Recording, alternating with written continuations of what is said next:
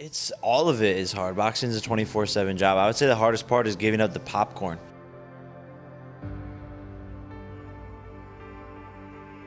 I don't know how to describe it, but like it's just like, oh, this has happened before. Thick skin, cool, move on. Like I'll be fine in literally 36 hours, but like it's still, I think, like affects me maybe deep down. But it's like if I let it get to me and I let it like eat all these like little things eat me away, or let these lawsuits like really like conquer me, then like that is where I stop living my life.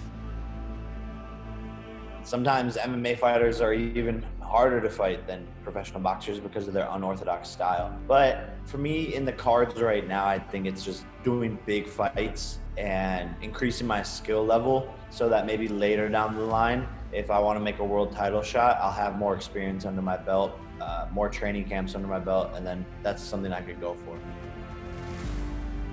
I learned everything, right? That was my first time getting hit with a 10-ounce glove, first time going past 1.5 rounds. So there was a lot of learning experiences, a lot of new things. Fighting in front of my hometown, that's a big thing to go through. I was fighting with a hyperextended elbow, so I pushed through that and got the job done. But that's the old Jake. I went into training camp with a chip on my shoulder, and you're gonna see a different version of myself, and I'm excited to prove that 2 days from now.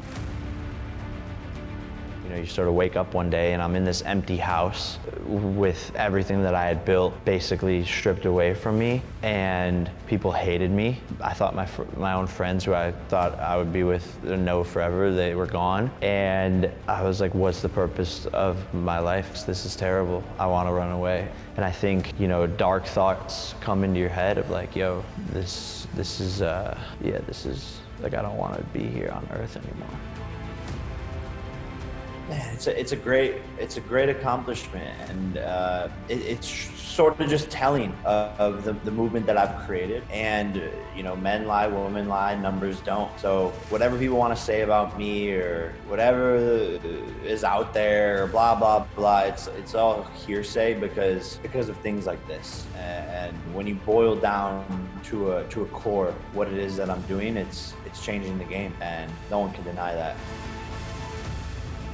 The opportunity, like too much opportunity, you can drown in opportunity. And so like figuring out again what to prioritize, what to say no to, and what to say yes to. And what I've found recently is there's so many people like trying to pull me in particular in different directions for this meeting or that meeting, or to go meet this really important person. But I'm like, is this a really important person like invested into my career? Like I'm gonna meet them and they're gonna know who I am, and like sometimes that's great, but like I gotta double down on myself and get my stuff done, and get like my internal meetings done, and get like my strategy and plan done, and manage my employees on a day-to-day basis, and get my content done. I think I'm just built different, I guess, and I talk a lot of I create a lot of content. I'm more active on my social media platforms, and more active as a fighter than a lot of these guys. So fought 4 times basically in the past 13 months, which is a lot. And I think that's why my searches are so high. You know, I'm always myself. It just depends on what situation you catch me in. But there's a lot of different versions of me. You know, I'm a character, to say the least, and I have mood swings, and sometimes all over the place, but sometimes I'm super chill, and sometimes I'm in fight mode. And so, you know, I'm always authentic to who I am, and however people want to interpret that, no problem. Some people, my fans, my 60 million fans who, you know, we've built a connection over the past 5-6 years of creating content and going through our ups and downs. They're like a family to me. They know the real me. At the time, I was just looking for hope, and so I just like started going to like church.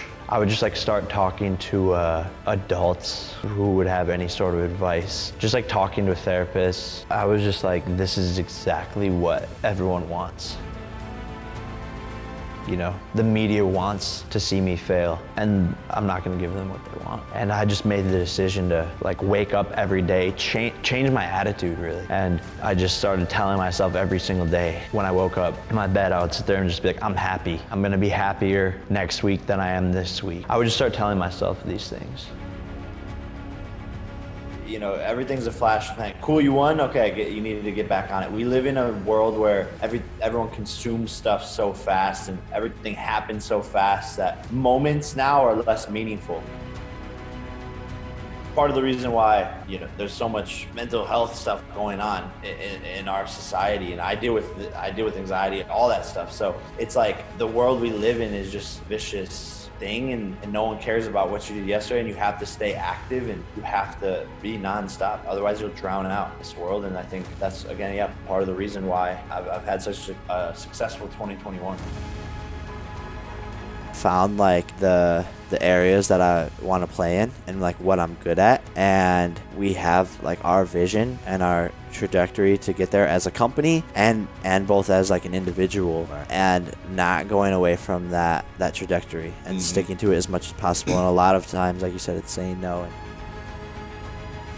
You know, there's some people we've sort of been talking with, but for right now, it's quality over quantity, and we want to focus on Amanda and start there. Massive responsibility that we have to make her a superstar, and we're doing just that.